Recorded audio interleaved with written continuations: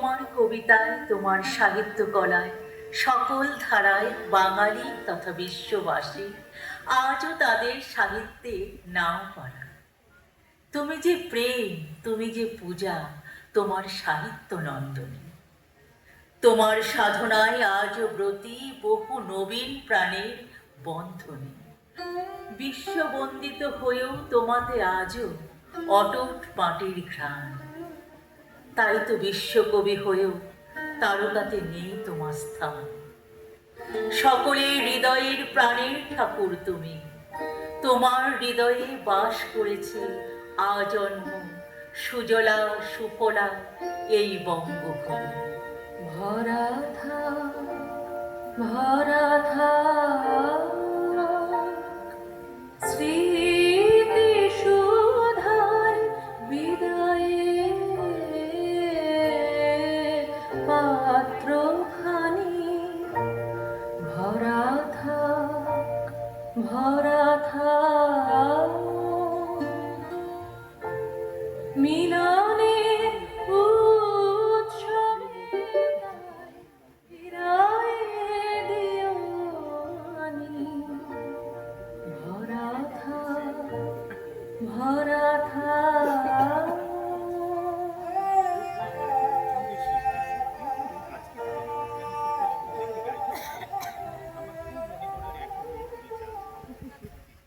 কবিগুরু, 22শে শ্রাবণের এত কান্না বুঝি সবই তোমার জন্য? নাকি তোমার ভালোবাসায় স্নাত হয়ে সে নিজেই ধন্য? 22শে শ্রাবণ তোমার বিদায় ক্ষণ, কিন্তু তুমি যে অমর, বিদায় নিলে কবে? তুমি যে প্রতি মুহূর্তে বাঁচো, প্রতি অন্তরে এই ভবে।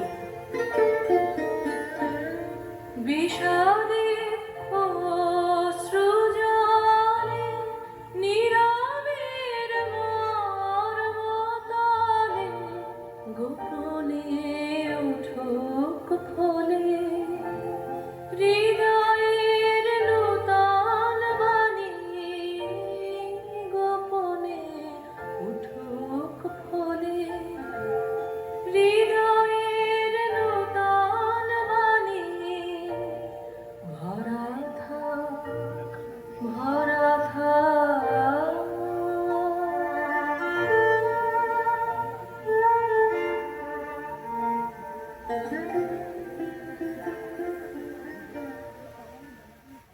রবি ঠাকুরকে আমি দেখিনি কাছ থেকে কোনোদিন, কিন্তু ছোট থেকে তার লেখা পড়ে আমার বড় হওয়া। তার নৃত্য, আবৃত্তি, সঙ্গীত এই নিয়েই ছিল আমার জীবন। খুব ছোট্টবেলায় আমার বিয়ে হয়ে যায়। ভেবেছিলাম রবি ঠাকুরকে আর বুঝি ধরে রাখতে পারবো, কিন্তু আমরা যদি মন থেকে রবি ঠাকুরকে ভালোবাসি তাহলে আমাদের ছেড়ে রবি ঠাকুর কোথাও যাবে না। রবি ঠাকুর, আমার শৈশব, আমার যৌবন তোমার সাথে আষ্টে পৃষ্ঠে জড়িয়ে আছে।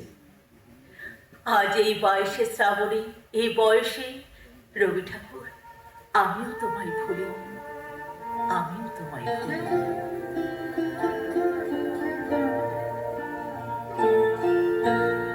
যে পথে যেতে হবে সে পথে তুমি একা।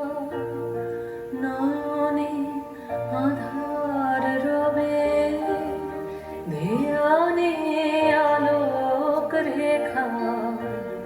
সারাদিন সঙ্গমনে সুধারস ঢালবে মনে। পরাণের পদ্ম বনে বিরহের বীণা বাণী।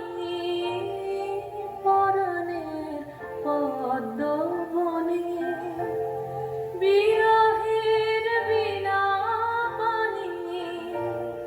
ভরা থাক, ভরা থাক স্মৃতি